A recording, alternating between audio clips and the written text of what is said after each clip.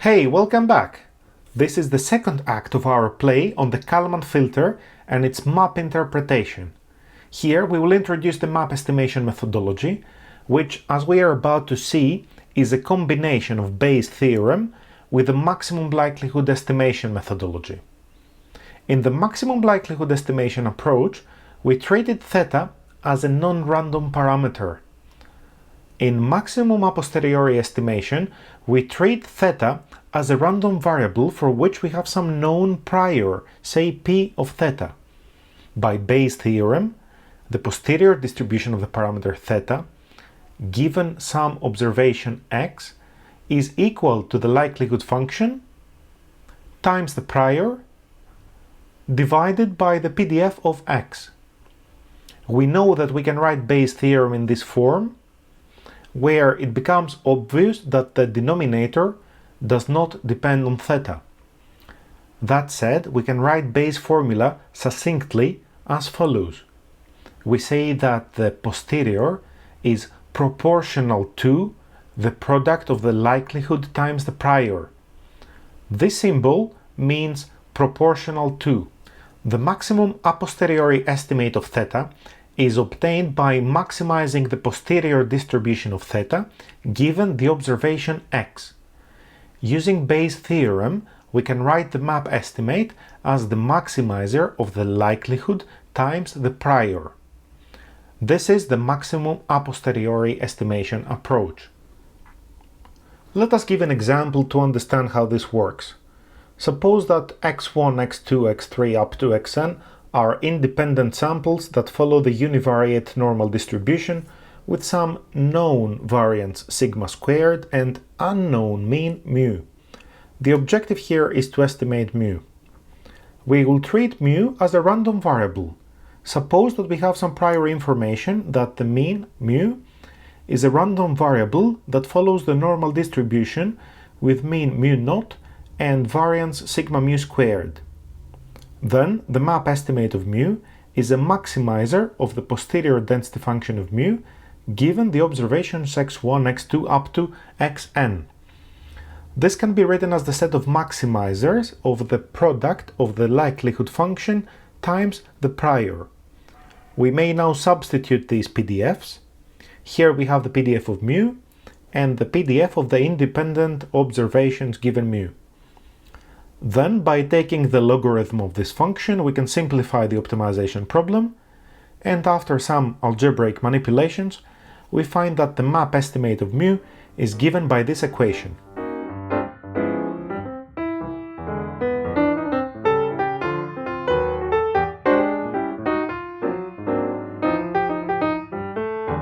Let us now solve an exercise together. This is based on a problem found on probabilitycourse.com. Let x be a real-valued continuous random variable with this probability density function.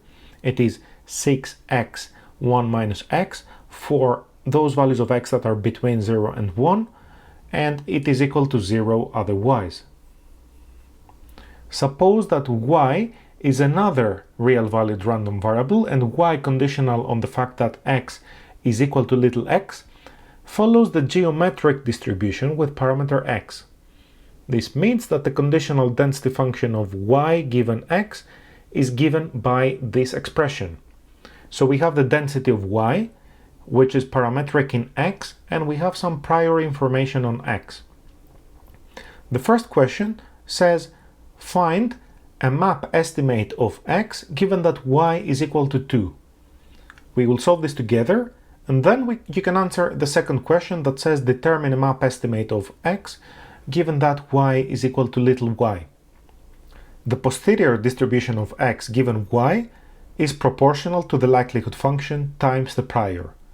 We substitute both the likelihood and the prior, and here's a little trick. We have included in this expression the characteristic function of the open interval from 0 to 1. This is used to encode the fact that the prior is 0 outside this interval. The posterior is found to be proportional to x squared times 1 minus x to the power y times the characteristic function of 0, 1, of the open interval from 0 to 1. the logarithm of the posterior is equal to 2 times log x plus y times the logarithm of 1 minus x plus a constant.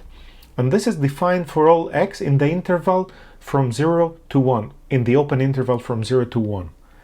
The reason is that if x is outside this interval, the posterior is equal to 0 and the logarithm is not defined. The map estimate of x, given that y is equal to 2, is determined by maximizing the posterior, of course subject to the constraint that x must be within the open interval from 0 to 1, and we find that the estimate is equal to 1/2.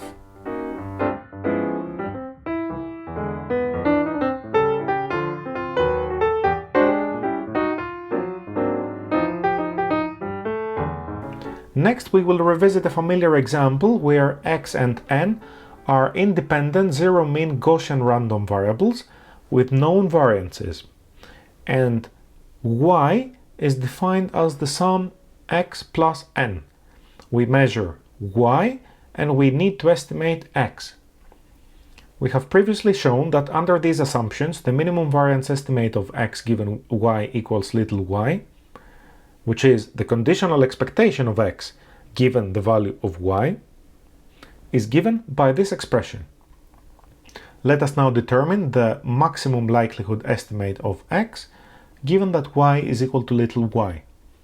We start by observing that the random variable x given that y is equal to little y is equal to little y minus n, and this follows the normal distribution with mean y and variance sigma n squared. The maximum likelihood estimate of x given y is a maximizer of the conditional density function of x given that y is equal to little y.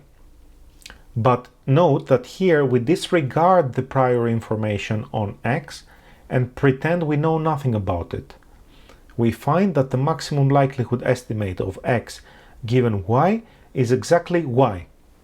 Lastly, the maximum a posteriori estimate of x given y is a maximizer of the likelihood times the prior.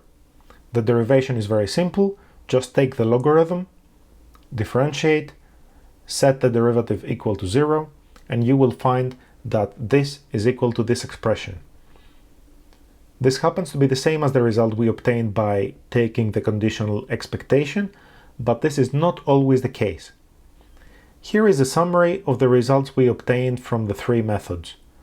The minimum variance estimator is unbiased, and there is no other estimator with a lower variance. The maximum likelihood estimator disregards the prior information we have on x. And lastly, the maximum a posteriori or MAP estimator happens to be the same as the minimum variance estimator. This is due to the normality assumptions, and in general, things are not like that. The MAP estimator is also not necessarily unbiased. So stay tuned, because in the next video we'll show that the Kalman filter admits a MAP interpretation.